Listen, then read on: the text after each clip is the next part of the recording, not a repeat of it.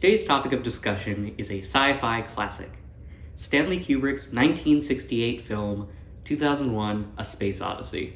Trying to summarize this film in my own words would take far too long and probably not make a lick of sense, so let's head over to IMDb. After uncovering a mysterious artifact buried beneath the lunar surface, a spacecraft is sent to Jupiter to find its origins. A spacecraft manned by two men and the supercomputer HAL 9000.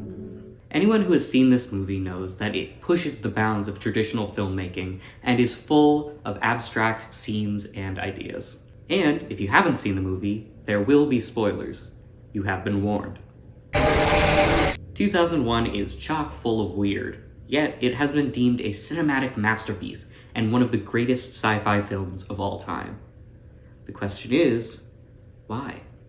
The opening sequence, The Dawn of Man, is 20 minutes long and contains no dialogue. It's only apes doing their thing until the monolith appears, and then they start rapidly advancing in technology, using tools and the like. This isn't the only drawn-out sequence. There are many scenes that go on for many minutes, for something like docking a ship or walking from one room to another.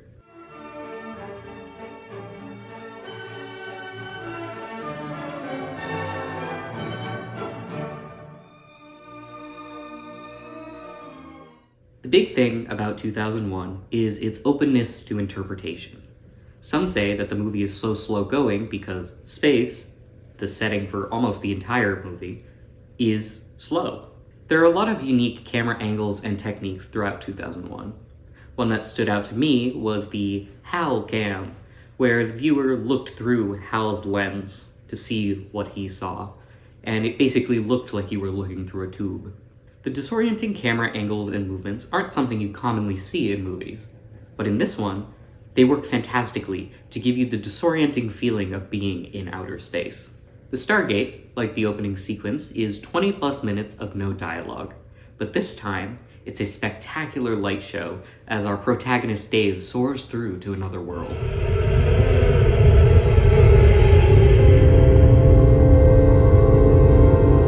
I got really mesmerized by all the pretty lights that the first sharp cutaway to Dave's face actually made me jump. I really like the way that this sequence felt both fast and slow at the same time.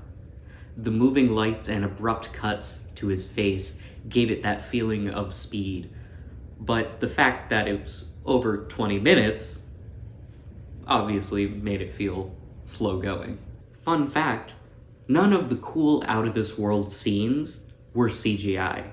It was all man-made. This movie isn't for everyone, but it was just so different and revolutionary for its time that I highly recommend even just watching some clips of it online.